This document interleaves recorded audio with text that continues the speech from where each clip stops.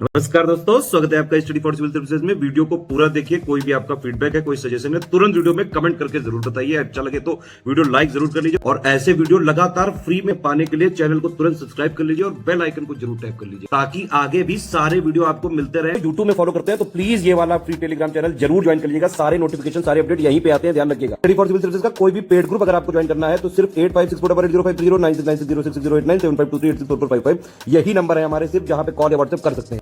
Instagram पे हमारा page जरूर फॉलो कर लीजिएगा, स्टडी फॉर सिविल .सर्विसेज है। ट्विटर पे हमको जरूर फॉलो कर लीजिएगा, @study for civils है। शिक्षा अधिकारी के प्रीलिम्स एग्जामिनेशन के लिए डे वाइज सीरीज हमारी चल रही थी और ये डे 32 का वीडियो है जैसे कि आप देख रहे हैं। शुरू करते हैं। इतिहास से यहाँ फिर से शुरुआत होती है और आज हम देखेंगे महाजनपदों को। 16 महाजनपदों के इतिहास को आपने कहीं ना कहीं तो पढ़ रखा होगा, कुछ जानकारी आप इसके विषय में रखे होंगे अपने पास। यहाँ पर थोड़ा और विस्तार से हम देखेंगे, परीक्षा उपयोगी सूचनाओं को इकट्ठा करेंगे। तो देखिए, महाजनपद युग की शुरुआत होती है 6वीं शताब्दी ईसा पूर्व में और ये जो समय है ये ईसा मसीह के जन्म से बहुत पहले का है ना। उत्तर वैदिक काल का ये समय था, मतलब वैदिक काल अपने समापन की ओर था। वैदिक सभ्यता अब एकदम से अपनी चरम सीमा पर कहा जा सकता है और इस समय जो छोटे छोटे जनपद थे वो महाजनपदों में तब्दील हो गए। अंगुत्तर निकाय और भगवती सूत्र ऐसे दो ग्रंथ हैं, एक तो जैन ग्रंथ है, दूसरा बौद्ध ग्रंथ है। अंगुत्तर निकाय बौद्ध ग्रंथ है और भगवती सूत्र जो है वो जैनिज्म से जुड़ा हुआ है। तो इनमें 16 महाजनपदों का लिखित साक्ष्य, लिखित प्रमाण हमें प्राप्त होता है। अब ये जो महाजनपद थे इसमें से 10 तो गंगा घाटी में ही थे। गंगा का मैदानी इलाका जहाँ पे सभ्यता का संकेंद्रण अधिक था वहाँ पर ये पाए जाते थे। बाकी 6 जो हैं वो गंगा घाटी से बाहर थे। ऐसे इनका विस्तार था। संस्कृत का एक ग्रंथ है जिसका नाम है महावास्तु और महावास्तु में 16 महाजनपदों को आंशिक रूप से दोहराया गया है। लेकिन महावास्तु जो ग्रंथ है उसमें कुछ महाजनपदों के नाम थोड़े भिन्न हैं। जैसे कि गांधार जो महाजनपद था, ये उत्तर पश्चिमी सीमावर्ती प्रांत वाला जो हिस्सा है वहाँ पे, तो गांधार की जगह पे शिव का उल्लेख है, मतलब उस महाजनपद को शिव के नाम से संबोधित किया गया है। और कंबोज जो महाजनपद था इसको दशारण के नाम से उच्चारित किया गया है। तो एक जगह के बहुत सारे नाम हो सकते हैं, उसमें कोई संदेह नहीं। कुल मिलाकर 14 महाजनपद तो एकदम हूबहू मैच कर जाते हैं। ये जो महावास्तु नाम का ग्रंथ है, संस्कृत ग्रंथ है, मतलब वैदिक सभ्यता से जुड़ा हुआ है, तो इसमें 14 महाजनपदों के नाम हूबहू मैच करते हैं। लेकिन 2 जो है उनके नाम थोड़े भिन्न हैं। एक तो गंधार का शिव दिया है, दूसरा कंबोज का दशारण दिया हुआ है। और ये आपने देखा, मतलब कुल मिलाकर 3 अलग अलग ग्रंथों की हमें जानकारी हुई जहाँ से हमें 16 महाजनपदों के बारे में सूचना प्राप्त होती। चुल्ल निर्देश, इसमें भी 16 महाजनपदों की सूची है लेकिन उसमें थोड़ा सा और ऐड कर दिया गया है, कलिंग को जोड़ दिया गया है। गंधार के स्थान पे यौन शब्द का उल्लेख हुआ है। और तमिल ग्रंथ है शिलप्पाधिकारम, आप जानते हैं, इसमें 3 महाजनपदों का उल्लेख हुआ है। सभी का हो यह आवश्यक नहीं है, जिसकी आवश्यकता कवि को पड़ी होगी, लेखक को पड़ी होगी, उसने उसका जिक्र किया हुआ है। तो इसमें मगध, वत्स और अवंती, ये 3 जो महाजनपद हैं इनका जिक्र किया गया है। पाणिनि की अष्टाध्यायी में 40 जनपदों के नाम हैं। याद रखिएगा ये जनपद हैं, महाजनपद नहीं। तो 40 जनपदों के नाम हैं और उसमें से 22 जनपदों को विशेष दर्जा प्राप्त किया गया, प्रदान किया गया है। अब आइए देखते हैं, कुछ यहाँ और चर्चा चल रही है। सिंधु, अश्मक, कंबोज, भरत, यौधेय, यहाँ नाम आप देख रहे हैं, यौधेय, वृजि, कलिंग, प्राच्य, ये सब जनपद कहलाने वाले राज्य थे और इनका जिक्र अष्टाध्यायी में दिखाई देता है। पाणिनि की जो अष्टाध्यायी है, हालांकि वो व्याकरण ग्रंथ है लेकिन वहाँ सामयिक परिस्थितियों से वो अछूता नहीं रह पाया है, तो उसमें इन जनपदों का उल्लेख दिखाई देता है। और महाभारत में तो पूछना ही नहीं है, महाभारत खुद ही लंबा चौड़ा है, उसमें 250 जनपदों का उल्लेख है। मतलब महाजनपद तो है ही है लेकिन उनके अधीन, उनके दबदबे में रहने वाले कुछ राज्य थे जो कि 250 के आसपास दिखाई देते हैं और ये प्रमुख हैं, बाकी की कोई गिनती नहीं। षोडश महाजनपद, षोडश माने 16, तो 16 महाजनपदों में 14 जो है वो राजशाही वाले थे, वहाँ पे मोनार्की थी, राजतंत्रात्मक सत्ता थी। और 2 जो थे वो डेमोक्रेटिक रिपब्लिक थे, मतलब गणतंत्र थे। इसमें वज्जी संघ था और मल्ल, ये दोनों क्या हैं, गणराज्य हैं। और गणतंत्र की प्रणाली का पहला आविष्कार करने वाले भी हम ही लोग हैं, हम भारतीय लोग। राजतंत्रात्मक जो महाजनपद थे उसमें भी 4 बहुत ज़्यादा शक्तिशाली थे। अगर हम 4वीं शताब्दी ईसा पूर्व का शुरुआती समय देखें तो उस समय तक तो काशी महाजनपद काफ़ी उन्नत था, मतलब उसकी शक्ति एकदम अपनी चरम सीमा पर थी। लेकिन 4वीं शताब्दी ईसा पूर्व का जब समापन होने लगता है, उत्तरार्ध बेला आती है, तो उस समय तक मगध का उत्कर्ष होता है और मगध तेजी से पनपने लगता है। और 6वीं शताब्दी ईसा पूर्व का समय आते आते तो एकदम से सबसे ज़्यादा शक्तिशाली महाजनपद मगध ही रह जाता है। ये सबको निगलना शुरू कर देता है, अपने दबदबे में लेना शुरू करता है। इसमें शुरुआत होती है इसके उत्कर्ष की बृहद्रथ वंश से, और बृहद्रथ नाम के राजा और उसके बाद में उनका पुत्र जरासंध, ये पौराणिक साक्ष्य है, ऐतिहासिक नहीं। इतिहास में इसका प्रमाण नहीं मिलता है। इतिहास में हमें हर्यक डायनेस्टी से मिलता है, ठीक है, लेकिन हर्यक वंश से पहले बृहद्रथ नाम के राजा और उनका पुत्र जरासंध ये बहुत प्रतापी थे। जरासंध के बारे में तो कहा जाता है, महाभारत में भरपूर उल्लेख। कि बहुत सारे राजाओं को, मतलब हजारों राजाओं को पकड़ के उसने अपनी भूमिगत जेल में डाल के रखा हुआ था। वो तो जब भीम जाते हैं और द्वंद्व युद्ध होता है जरासंध से उनका, और वो चीर देते हैं उसको बीच से, तब जाकर भगवान कृष्ण और भीम जो है वो कारावास से उन राजाओं को मुक्त कराते हैं। ठीक है, तो वो कहानी है। उसके बाद फिर मगध साम्राज्य हल्का सा कमज़ोर पड़ता है, लेकिन धीरे धीरे फिर से हर्यक डायनेस्टी जो है वो आकर वहाँ आसीन हो जाती है। मतलब बाद आगे जो आप देखते हैं इसमें बिंबिसार और अजातशत्रु का जो समय है वो शुरू हो जाता है, तो एक बार फिर से मगध की चरम सीमा शुरू हो जाती है। और बाद में महापद्मनंद के समय में अपनी चरम सीमा पर होता है। कई सारे ऐसे राजा मगध को मिलते हैं जो कि इसे उत्कर्ष की ओर ले जाते हैं। मौर्य डायनेस्टी भी यहीं पर पनपती है।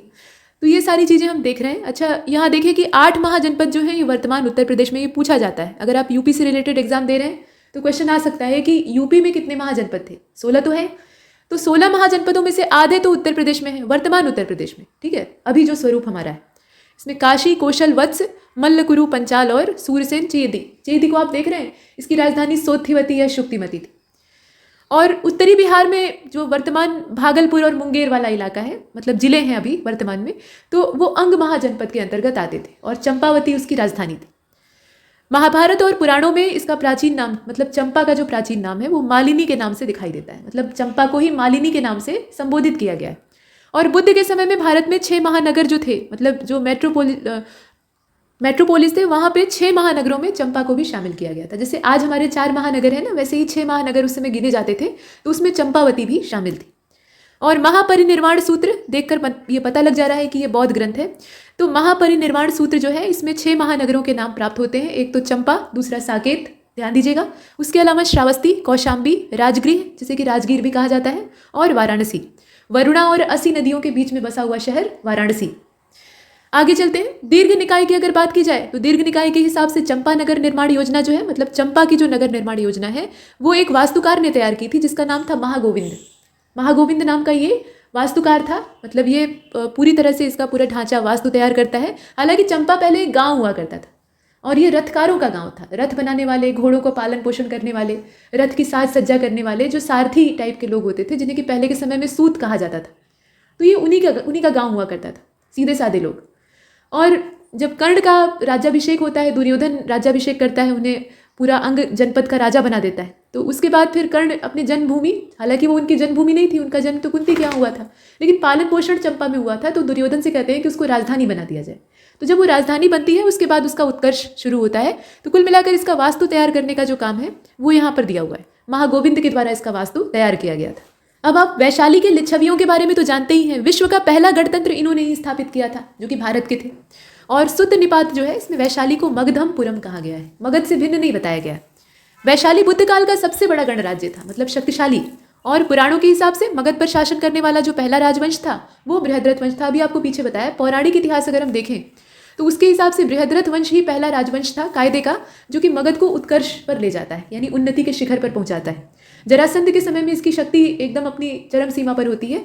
उसके बाद जरासंध के उत्तराधिकारी जो हैं वो कुरुवंश के गुलाम बन जाते हैं, मतलब उनके करद राज्य बन जाते हैं, उनको कर देते हैं। बाद में जब आप देखते हैं हर्यक डायनेस्टी का समय शुरू होता है, तो बिंबिसार एक बार फिर से अपना जो अखंड साम्राज्य है उसको स्थापित करता है। बाद में उसका बेटा अजातशत्रु, और इसी क्रम में फिर उसकी जो वैभव सीमा है वो आगे बढ़ती जाती है। तो ये चलता है। और गिरिवज्र को राजधानी शुरुआत से ही बनाया गया था, बाद में पाटलिपुत्र हो जाती है। बौद्ध ग्रंथों के हिसाब से मगध का प्रथम प्रतापी शासक था वो बिंबिसार था। ये बौद्ध ग्रंथों का साक्ष्य हम इसलिए लेते हैं क्योंकि बौद्ध ग्रंथ बड़ी ही चतुराई से लिपिबद्ध कर दिए गए, और हमारे जो पौराणिक साक्ष्य हैं वो बाद में लिपिबद्ध किए गए, जब हमें ये महसूस हुआ कि बाहरी सभ्यताओं से खतरा है। तब तक तो हम निश्चिंत भाव से थे। शुरुआती दौर में सिर्फ प्रवचन होता था और श्रुतियों पर आधारित सब कुछ होता था। मतलब गुरु ने कहा, शिष्य ने सुन लिया। वेद भी ऐसे ही रचे गए। तो जब आधा हिस्सा गायब हो गया और बाकी सभ्यताएं और बाकी जो धर्म है वो लगे इसमें अपना हाथ पैर मारने और छीनने, हमसे हमारी सभ्यता को छीनने लगे, तब ये महसूस हुआ कि भाई लिपिबद्ध न करना ये सबसे बड़ी भूल थी। तब जाकर इन सभी जो जितने भी महत्वपूर्ण ग्रंथों को आप देखते हैं, चाहे वो वैदिक इतिहास हो, मतलब वैदिक साहित्य हो, या जितने भी महाकाव्य हो, उनको लिपिबद्ध किया गया। और नहीं किया गया होता तो वो भी विलुप्त हो गए होते। तो ऐसे में फिर आप देखते हैं कि बौद्ध ग्रंथों के हिसाब से ये साक्ष्य मिल जाता है कि बिंबिसार जो है ये पहले प्रतापी शासक थे। तो हम पुराणों के इतिहास पर नहीं बल्कि बौद्ध ग्रंथों के इतिहास पर अपनी जो किताबें हैं उन पर भरोसा करते हैं। अब इसके बाद आप देखें कि हर्यक वंश से इसका संबंध था। ये सब कॉमन बातें हैं, आप जानते हैं, इसमें कुछ नया नहीं। नया ये है कि बाणभट्ट का जो हर्ष चरित है, जिसमें कि राजा हर्ष के पूरे जीवन वृत्तांत को बाणभट्ट ने दिया है, तो इसमें मौर्यकालीन शासक बृहद्रथ का भी उल्लेख प्राप्त होता है। ऐसा इसमें मौजूद है।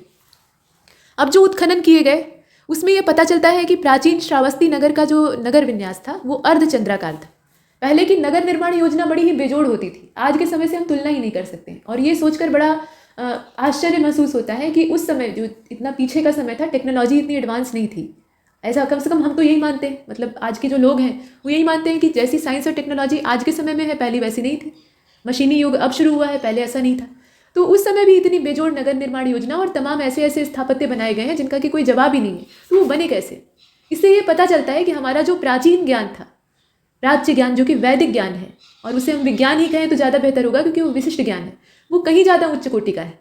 और जो पश्चिमी सभ्यता के पीछे पीछे हम लोग उसकी पूंछ पकड़ के भागते हैं ना, तो पश्चिमी सभ्यता ने भी कहीं ना कहीं हमारे उसी वैदिक नॉलेज को ही इस्तेमाल किया है। तो ये चीज़ें हम अपनी वाली जो महत्ता है उसको स्वीकार नहीं करते हैं, दूसरों के पीछे भागते रहते हैं। फिलहाल देखिए, बौद्ध भिक्षु पिंडोला, इनका नाम है पिंडोल, ठीक, और उदयन को बौद्ध मत में दीक्षित करने का काम, उदयन राजा था तो उसे बौद्ध मत में दीक्षित करने का काम इन्होंने किया था। अब आगे चलते हैं भाई, देखिए इसमें और भी है। कुछ सिक्के प्राचीन काल में चलते थे और ये जो सिक्के थे इनको पंचमार्क कहा जाता था, और इन्हीं का दूसरा नाम था आहत सिक्के। तो आहत का मतलब क्या होता है? जिससे चोट पहुंची हो। तो इनको ठोक पीट कर तराशा जाता था, ठीक है, इन पे पंच लगाया जाता था, इसीलिए इनका नाम था पंचमार्क सिक्के। और ये चांदी के होते थे, इनकी जो धातु थी वो चांदी होती थी।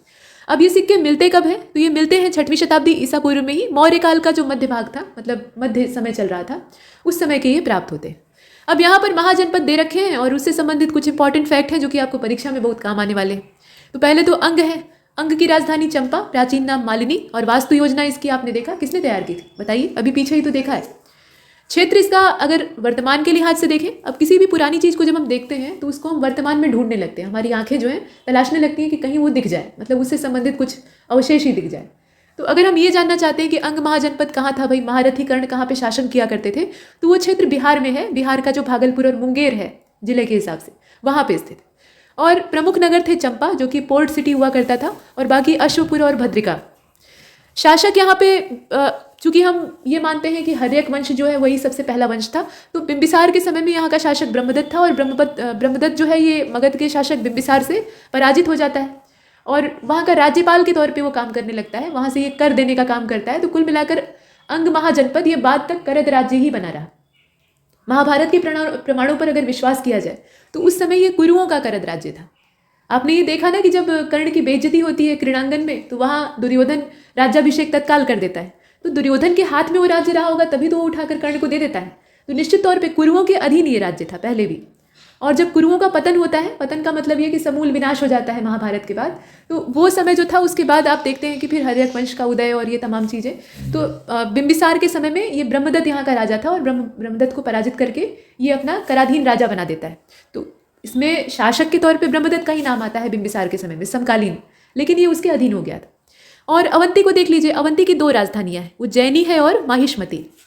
और है कहाँ पे? तो ये मध्य भारत है, लगभग उज्जैन जिले से लेकर नर्मदा तक फैला हुआ है, कुल मिलाकर मध्य प्रदेश। शासक यहाँ पे कौन? तो शासक यहाँ पे चंड प्रद्योत था, और ये गौतम बुद्ध और महावीर स्वामी का समकालीन है, कभी कभी पूछा जाता है। प्रमुख नगर यहाँ के कुरारगढ़ है, मक्करगढ़ है और सुदर्शनपुर है।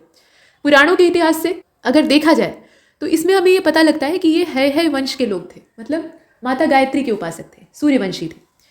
और बिंबिसार के वैद्य जीवक को चंड प्रद्योत के उपचार के लिए भेजा गया था, और चंड प्रद्योत को वो सही कर देता है। फिर इसके बाद चंड प्रद्योत बहुत प्रसन्न होता है।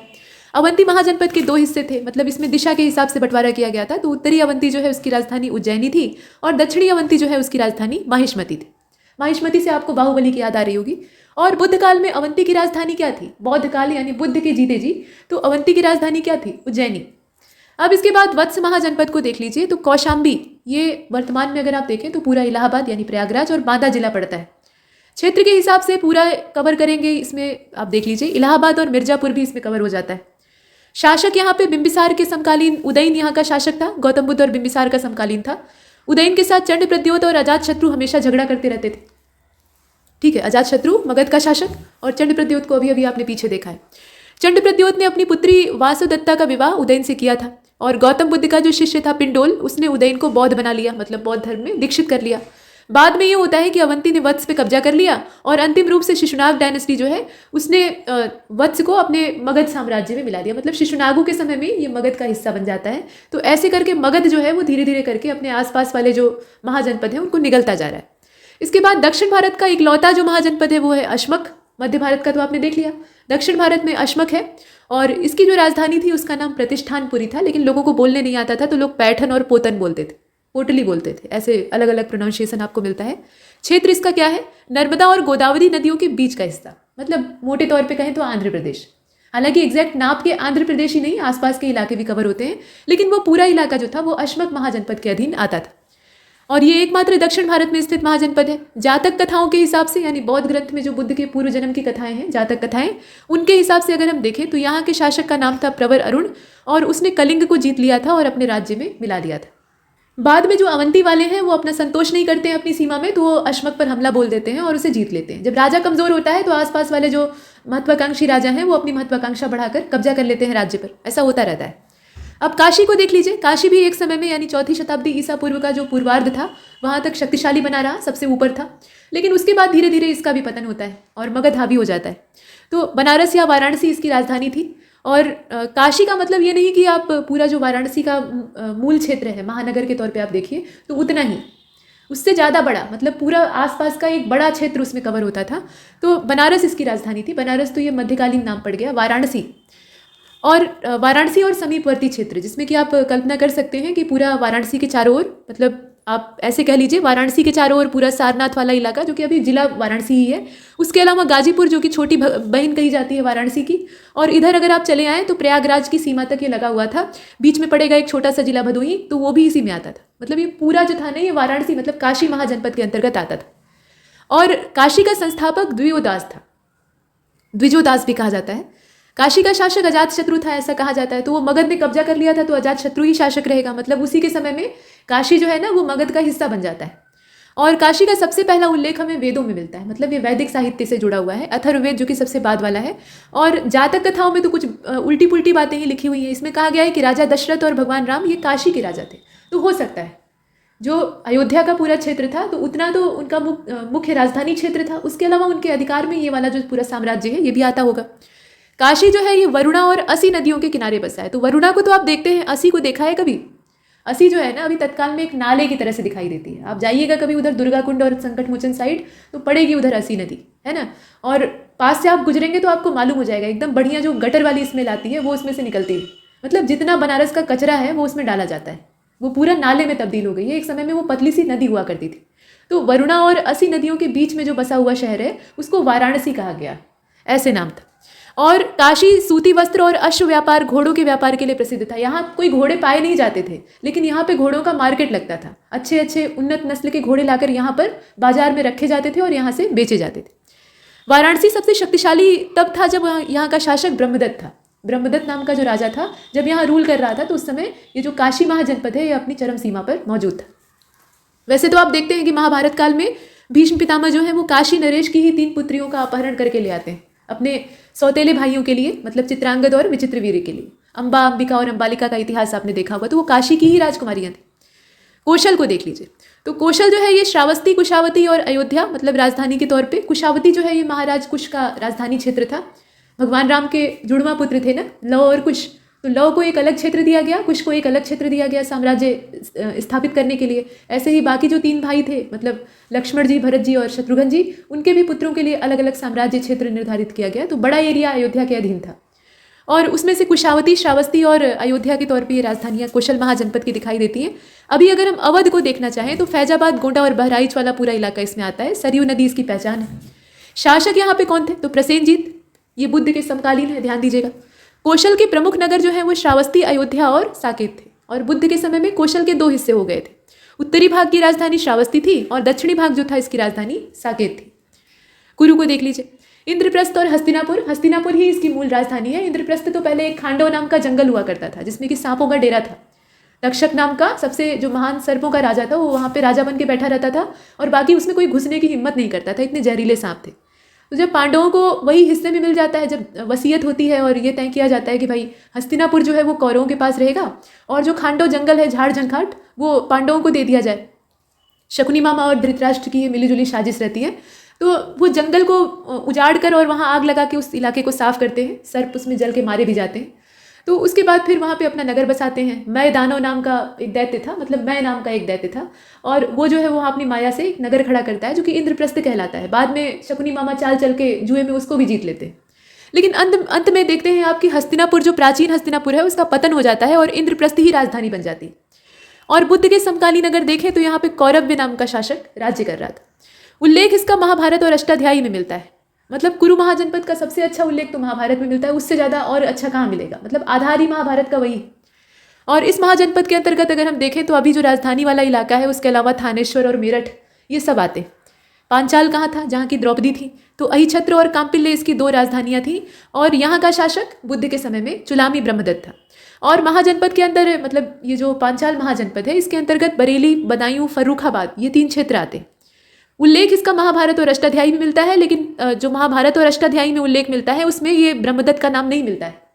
वहाँ पर किसका नाम मिलता है, तो वहाँ पर द्रुपद नाम के राजा का नाम मिलता है, जो कि द्रौपदी के पिता थे। द्रुपद के बाद दृष्टद्युम्न और बाद में उनके जो उत्तराधिकारी हैं वो यहाँ शासन करते हैं। और प्रारंभ में इसके 2 हिस्से थे। उत्तरी पांचाल की राजधानी अहिछत्र थी और दक्षिणी पांचाल की राजधानी कांपिल्य थी। पंचाल महाजनपद के अंतर्गत कान्यकुब्ज नाम का एक बहुत ही विख्यात नगर हुआ करता था। कान्यकुब्ज को अभी किस नाम से जाना जाता है, जरा बताइएगा। और पंचाल महाजनपद की जो सीमाएं हैं वो हिमालय की तलहटी तक लगी हुई थी, मतलब जो तराई हिस्सा है ना, वहां तक लगी हुई थी। और दक्षिण में देखें तो चंबल नदी तक ये फैला हुआ था। पश्चिम में इसकी सीमा बनाता था कुरु महाजनपद और पूर्व में कौशल महाजनपद से ये, मतलब कौशल राष्ट्र से ये जुड़ा हुआ था। इसके बाद आ जाइए मथुरा वाला इलाका, और यहाँ पर जो महाजनपद है वो है शूरसेन। शूरसेन महाजनपद की राजधानी थी मथुरा, और यहाँ पर भगवान कृष्ण ही सबसे प्रतापी शासक थे। उसके अलावा मेगस्थनीज की जो बुक है इंडिका, हालांकि उसमें कल्पनाएं ज़्यादा हैं, लेकिन फिर भी उसमें शूरसेन महाजनपद का उल्लेख मिलता है। अच्छा, बुद्ध के समकालीन यहाँ पे अवंतीपुत्र नाम का जो राजा था वो रूल कर रहा था। शूरसेन महाजनपद पूरा ब्रजमंडल वाला इलाका, सिर्फ मथुरा नहीं, आसपास का जो पूरा ब्रजभूमि कही जाती है वो सब इसके अंतर्गत आता है। आप जानते ही हैं कि महारानी कुंती ये राजा शूरसेन की ही पुत्री थी। बाद में भोजपुर बिहार में ये चली जाती हैं, और वहाँ पर ये जो कुंती भोज नाम के राजा थे उनके यहाँ इनका पालन पोषण होता है, जो कि राजा शूरसेन के मित्र थे। तो इस तरीके से काम चलता है। और प्राचीन यूनानी लेखक इस राज्य को शूरसेनोई कहते थे, या मैथुरा, इसकी राजधानी को मैथुरा। अब देखिए इसमें उन्हें बोलने नहीं आता था। जो यूनानी लोग हैं वो हिंदी क्या बोलना जाने, वो तो अपनी भाषा बोलते हैं। तो ग्रीक लैंग्वेज बोलते बोलते उनकी जबान टेढ़ी हो गई थी, तो जब वो हिंदी बोलते थे तो उन्हें निहायत ही तकलीफ होती थी। तो शूरसेनोई, मतलब शूरसेन सीधा न बोल के शूरसेनोई, वैसे ही राजधानी को मथुरा न बोलकर मैथुरा। तो ये सुनने में थोड़ा अटपटा लगता है, लेकिन ऐसा वो बोलते थे। इसके बाद अब मल्ल को देख लीजिए। जैसे हमारे देश का नाम गढ़ दिया है इंडिया, और वो हमारे ऊपर थोप दिया है, अभी भी चिपका हुआ है, जबकि हमारा नाम तो भारत है। अब इसके बाद मल्ल को देखिए, तो मल्ल की राजधानी कुशीनगर, पावापुरी, ये 2 आप देख रहे हैं। यहाँ का शासक ओकाक था, और शासन कैसा था, तो गणतंत्र वाला था। इस महाजनपद में ही महात्मा बुद्ध का परिनिर्वाण हुआ था, मतलब महापरिनिर्वाण हुआ था। यहाँ पर उन्हें मृत्यु की प्राप्ति हुई थी लगभग 80 वर्ष की अवस्था में। चुंद के द्वारा जो सूकर माधव इन्हें भेंट किया जाता है, तो ये उसे खा लेते हैं, और उसके बाद अतिसार के शिकार हो जाते हैं। और वृद्धावस्था थी, शरीर कमजोर हो गया था, और ऐसे में जब खूनी पेचिश पड़ती है तो इन्हें संभालना मुश्किल हो जाता है, फिर इनका देहावसान। तो ये राजप्रासाद था। इसके बाद आप देखें कि पूर्वी उत्तर प्रदेश का जो देवरिया जिला है, ये मल्ल महाजनपद का पूरा इलाका हुआ करता था। मतलब मल्ल महाजनपद इसी पूरे क्षेत्र में फैला हुआ था। 2 हिस्से थे, एक तो राजधानी, मतलब दोनों की राजधानियाँ अलग अलग थी। तो एक की राजधानी पावा थी, जिसे कि पडरौना भी कहा जाता है, और दूसरे की कुशीनारा थी, कसया भी इसको बोला जाता था। इसके बाद वज्जी है। वज्जी की राजधानी मिथिला और वैशाली।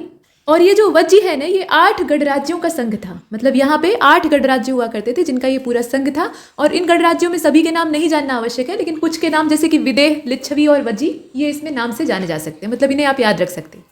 और यहाँ का प्रमुख शासक चेटक था। लिच्छवी का राजा था चेटक, आपने सुना होगा। इसके बाद आगे देखें, 8 राज्य इसमें कौन कौन से हैं ये भी बता दिया गया है। हालांकि ये पूछा नहीं जा सकता है, कभी कभी हो सकता है ऐसे दे दे कि इसमें से कौन सा वज्जी संघ में शामिल नहीं था, फिर भी ऐसे प्रश्नों की मात्रा रेयर ही होती।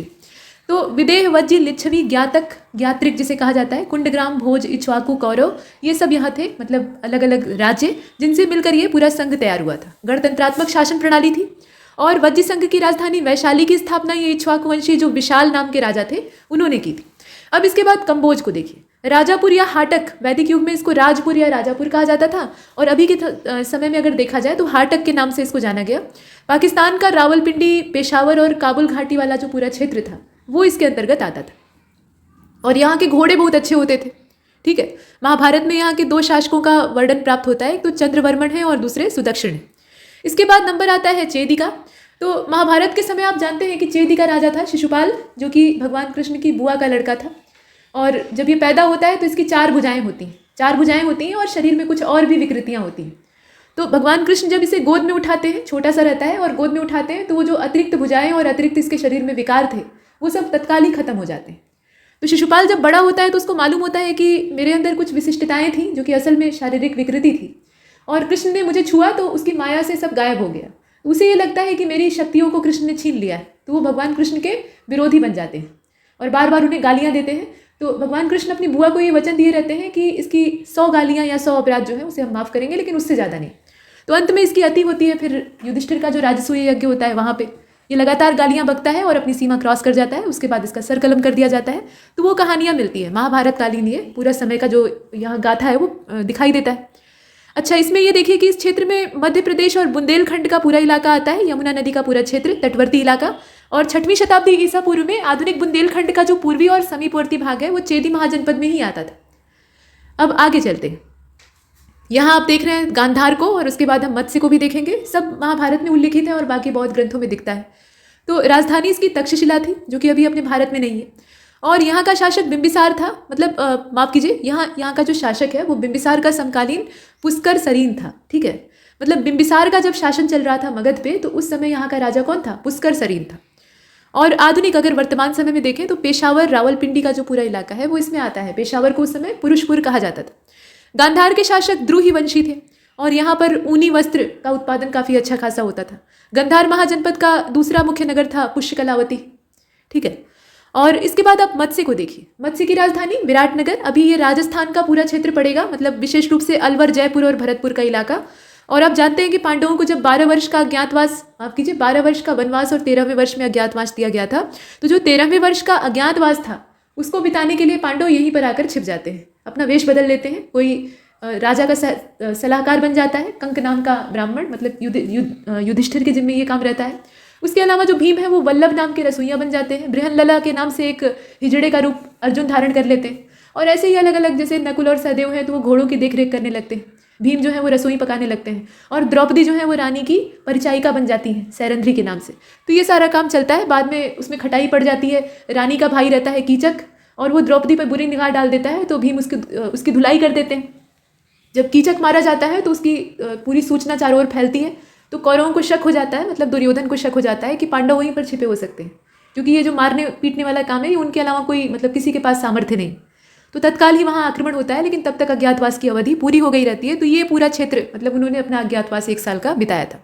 और मनुस्मृति जो ग्रंथ है, मनु की कानून की किताब, उसमें मत्स्य का कुरुक्षेत्र, पांचाल और सूरसेन, इनको ब्राह्मण मुनियों का आदिवास या ब्रह्मर्षि देश कहा गया है। मतलब ये जो पूरा इलाका है इसको ब्रह्मर्षि देश के नाम से उन्होंने संबोधित किया है। अच्छा, मगध को देख लीजिए। मगध को सबसे लास्ट में हम लोग देख रहे हैं, लेकिन सबसे खतरनाक यही था। तो गिरिवज्र, राजगीर या राजगृह एक ही जगह का नाम है। तो राजगृह इसकी राजधानी थी, और आधुनिक जो पटना और गया जिला है वहाँ पर ये फैला हुआ था। लेकिन ये तो इसकी एक राजनीतिक बाउंड्री थी, बाकी इसके दबदबे की कोई सीमा नहीं थी। तो यहाँ तक देखने के बाद अब थोड़ा सा मोड चेंज कर लेते हैं और राज्य व्यवस्था को देख लेते हैं। अभी मूल अधिकारों को हमने देखा था, यहाँ पर हम देखेंगे directive principle of state policy, यानी नीति निर्देशक सिद्धांतों को। तो राज्य के नीति निर्देशक तत्व ये राज्यों के कर्तव्य बोधन के लिए हैं, मतलब नागरिकों के प्रति राज्य का क्या कर्तव्य होना चाहिए उसकी पूरी लिस्ट इसमें तैयार करके दी गई है। तो संविधान का जो भाग 4 है, अनुच्छेद 36 से लेकर 51 तक, इनका ब्यौरा प्राप्त होता है। संविधान निर्माताओं ने ये विचार 1937 में निर्मित जो आयरलैंड का संविधान है वहाँ से लिया था, और आयरलैंड के संविधान में भी ये कोई मौलिक चीज़ नहीं है, आयरलैंड वालों ने ये स्पेन से लिया था। तो मूल रूप से ये स्पेन के संविधान में लिखा हुआ था और वहाँ से हमने कॉपी किया है। डॉक्टर भीमराव अम्बेडकर ने इस तत्व को विशेषता वाला बताया है, और मूल अधिकारों के साथ निदेशक तत्वों को जब मिला देते हैं तो ये संविधान की आत्मा और दर्शन का काम करते हैं। अब मतलब ये है कि ये जो नीति निर्देशक सिद्धांत है इनकी अवधारणा का आधार क्या है? स्पेनिश कॉन्स्टिट्यूशन, आयरिश कॉन्स्टिट्यूशन में ये स्पेन से आया है। और अनुच्छेद 37 ये नीति निर्देशक सिद्धांतों के कार्यों का अवलोकन करता, मतलब उसके बारे में लोगों को बताता है। और इन सिद्धांतों का उद्देश्य लोगों के लिए सामाजिक आर्थिक न्याय को सुनिश्चित करना है और भारत को एक कल्याणकारी राज्य के तौर पर विकसित करना है। अनुच्छेद 37 को ध्यान से देखने की आवश्यकता है, इससे कुछ चीज़ें स्पष्ट होकर सामने आती हैं। पहली बात तो ये निकल कर आती है कि नीति निर्देशक तत्वों के उपबंध ये न्यायालयों के द्वारा इन्फोर्सेबल नहीं है, मतलब उनके द्वारा लागू नहीं किए जा सकते हैं, जबरदस्ती इनको कानून बना के थोपा नहीं जा सकता है। हालांकि ये बात जरूर है कि सिद्धांत जो है वो देश के संचालन में फंडामेंटल एलिमेंट की भूमिका निभाते हैं, मतलब ये एक बेसिक एलिमेंट हो सकते हैं अगर इन्हें लागू किया जाता है तो। और राज्य का ये कर्तव्य बनता है। अब इसका मतलब तो ये हुआ कि जब न्यायालय के द्वारा इन्हें लागू नहीं किया जा सकता है तो फिर ये किस काम के हैं, जब अपनी मर्जी के ही आधार पर ये तय किए जा सकते हैं। तो ऐसा नहीं है, राज्यों के लिए कर्तव्य बोध का काम करते हैं। राज्यों का ये कर्तव्य है कि इन सिद्धांतों के आधार पर वो कानून बनाए और लागू करवाए। ठीक है, मतलब राज्य जो है इन सिद्धांतों का सहारा लेके, इनका संदर्भ लेके कानून बनाकर उसे लागू करवा सकते हैं और उसके आधार पर फिर तब वो बाध्यकारी हो जाएगा।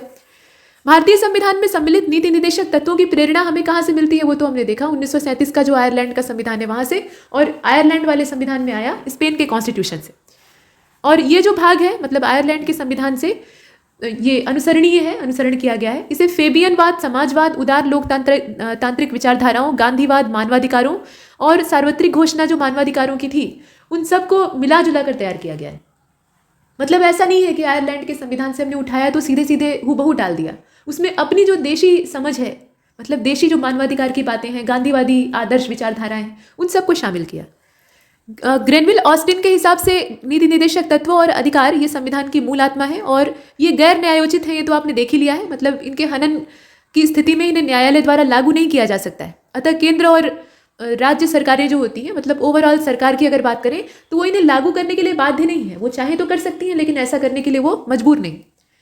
ये गैर न्यायोचित अवश्य ही है लेकिन संवैधानिक मान्यता के विवरण में न्यायालय इन्हें देखता है।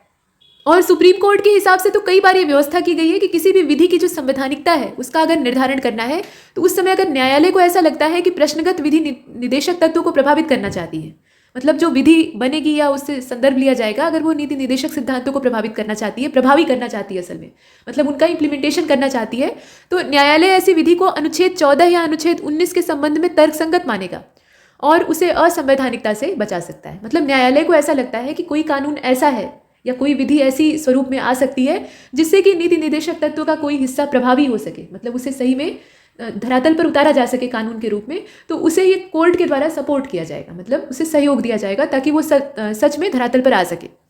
और राज्य के नीति निदेशक तत्व, इस नाम से या इस उक्ति से ये स्पष्ट होता है कि नीतियों और कानूनों को प्रभावी बनाते समय राज्य इन तत्वों का ध्यान रखेंगे, मतलब इन्हें ध्यान में रखकर ही बनाएंगे। और ये संवैधानिक निर्देश या विधायिका और कार्यपालिका प्रशासनिक मामलों में राज्य के लिए सिफारिशें हैं कि भाई इस दिशा में आपको ध्यान देना चाहिए। अब यहाँ पर नीति निदेशक सिद्धांतों का जो वर्गीकरण है उसको देख लीजिए, मतलब अनुच्छेद के हिसाब से इनको बांट कर दिखाया गया है। तो पहले तो समाजवादी सिद्धांत है जिसमें कि अनुच्छेद 38 से शुरू होता है। 38वां अनुच्छेद आपको ये बताता है कि राज्य सामाजिक, आर्थिक और राजनीतिक न्याय सुनिश्चित करके आय, स्थिति, सुविधाओं तथा अवसरों में असमानताओं को कम करेगा और राज्य की सामाजिक व्यवस्था है उसको सुरक्षित और संरक्षित करके लोगों के कल्याण को बढ़ावा देने का प्रयास करेगा। अब अनुच्छेद 39 क्या कहता है कि इसमें कुछ नीतियों को सुरक्षित करने की दिशा में काम करेगा राज्य, जिसमें कि सभी नागरिकों को आजीविका के पर्याप्त साधन मिले, मतलब उसका अधिकार उनके पास हो। भौतिक संसाधनों के स्वामित्व और नियंत्रण को जन सामान्य या सामान्य जन की भलाई के लिए व्यवस्थित करना ताकि वो संतुलित रहे, लोग उसका इस्तेमाल कर सकें।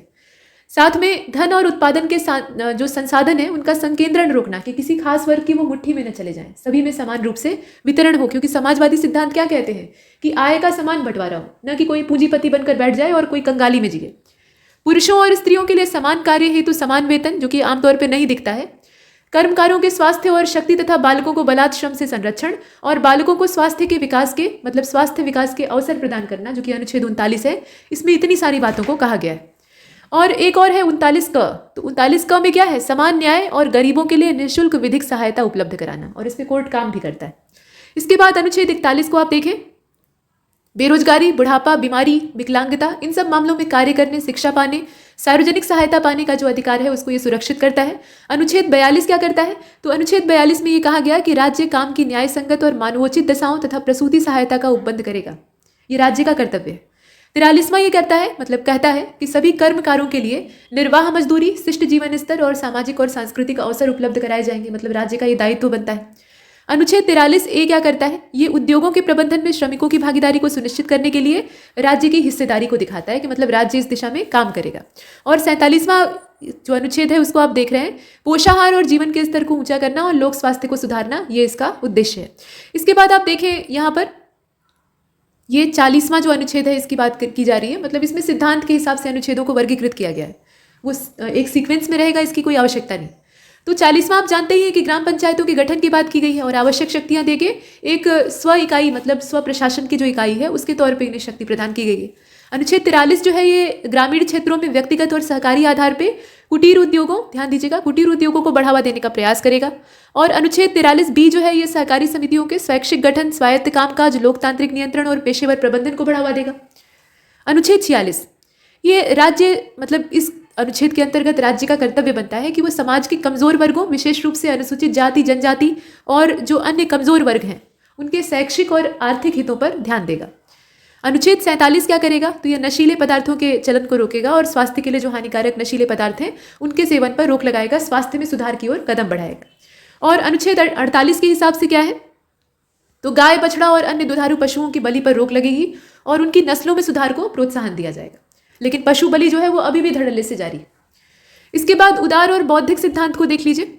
तो अनुच्छेद 44 ये कहता है, यहाँ आप देख रहे हैं कि भारत के समस्त राज्य क्षेत्र में नागरिकों के लिए एक समान नागरिक संहिता, अब इसी पर तो बहस हो रही है, एक समान नागरिक संहिता को सुरक्षित करने का प्रयास किया जाएगा और ये होना चाहिए।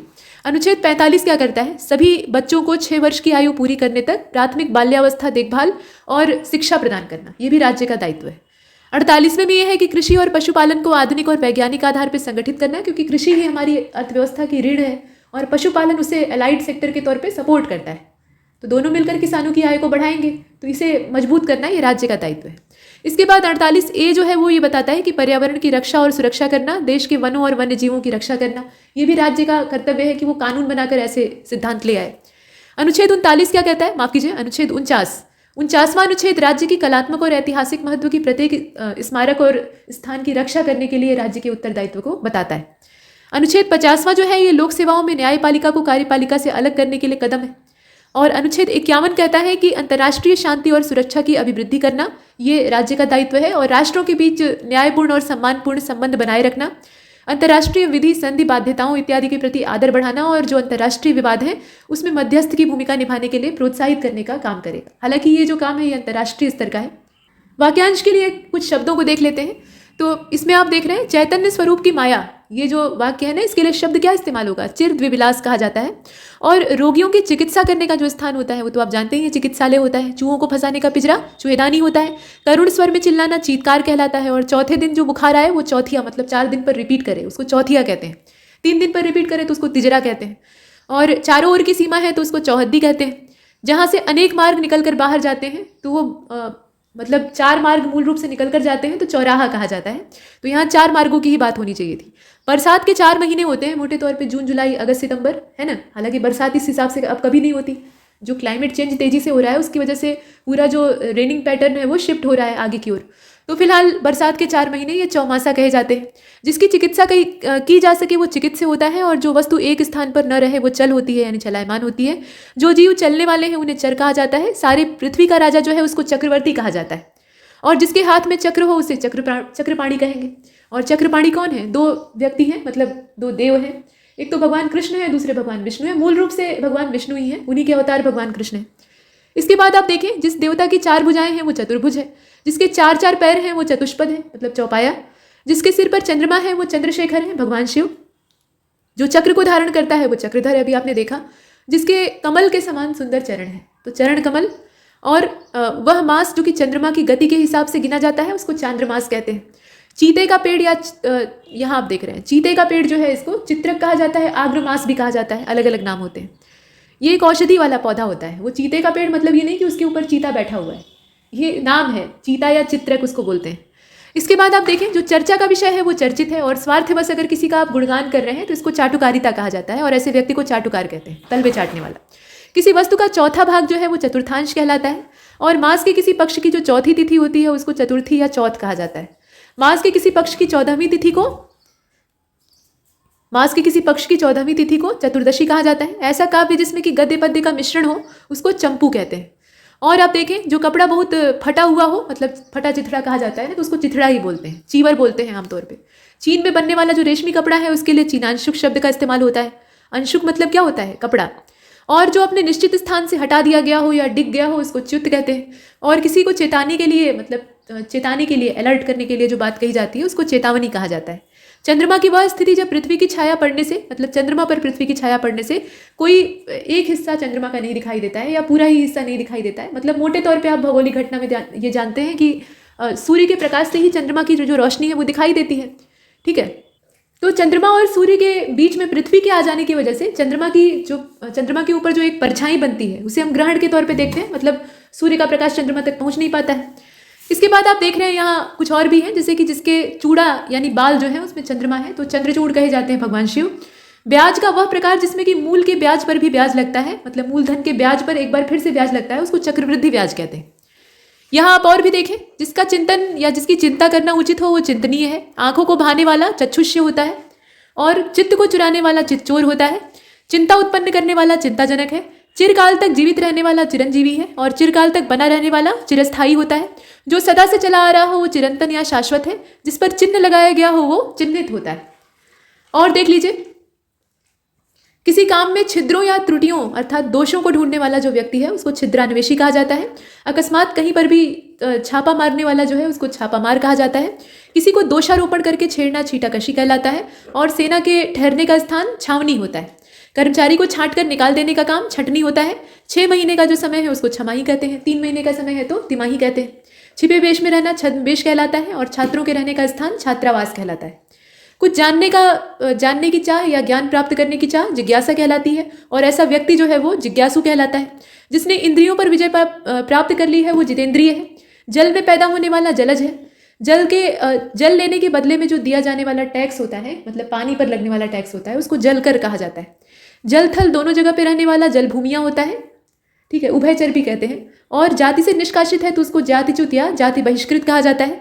सारे जीवन में किसी के कार्यों का अगर हम विवरण प्रस्तुत करते हैं, मतलब किसी व्यक्ति के पूरे जीवन भर के जितने भी काम हैं, क्रियाकलाप हैं, उसका अगर हम पूरा एक समग्र ब्यौरा प्रस्तुत करते हैं तो उसको जीवन चरित कहा जाता है। जीवन चरित्र नहीं कहा जाता, जीवन चरित कहा जाता है।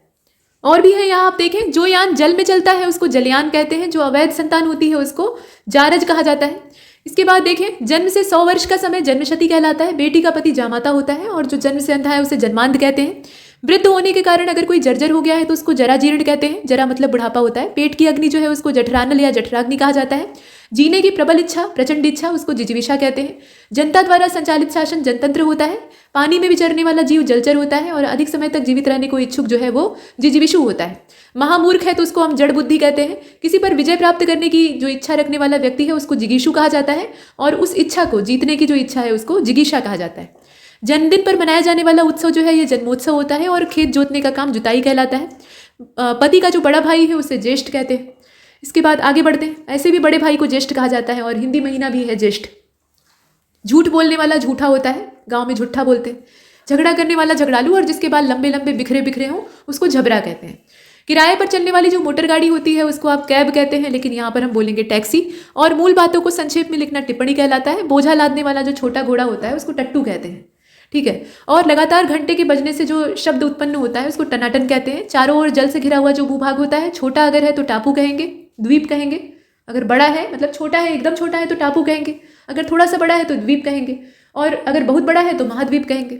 किसी ग्रंथ या रचना की टीका लिखने वाला, मतलब उस पर अपनी कमेंट्री लिखने वाला जो है उसको टीकाकार कहा जाता है। और सिक्के ढालने का जो कारखाना है उसको टकसाल कहते हैं। टाइप करने की कला जो है वो टंकण कहलाती है। घर घर जाकर लोगों की डाक पहुंचाने वाला जो कर्मचारी होता है उसको डाकिया कहते हैं। और पत्रों को दूर स्थान पहुंचाने की जो संस्था होती है उसको डाक सेवा कहा जाता है। और भी है, देखिए, तो तीनों कालों यानी भूत, भविष्य और वर्तमान को जानने वाला त्रिकालदर्शी होता है और उसे त्रिकालज्ञ कहते हैं। धरती और आकाश के बीच का स्थान त्रिशंकु होता है और उसी समय का अगर कोई चीज़ है तो उसको हम तत्कालीन कहेंगे। और ऐसी जीविका जो कि आकस्मिक हो उसको तदर्थ जीविका कहते हैं। जिसे त्याग देना उचित हो वो त्याज्य है। किसानों को सरकार या जमींदार द्वारा दी गई जो ऋण के रूप में आर्थिक सहायता होती है उसको तकावी कहा जाता है। विवाद या गुटबाजी से अलग रहने वाला तटस्थ होता है। अध्यात्म के तत्वों को जानने वाला तत्वज्ञ होता है और वह जो बराबर तपस्या करता है वो तपस्वी होता है। मास की तीसरी तिथि जो है उसको तृतीया कहते हैं।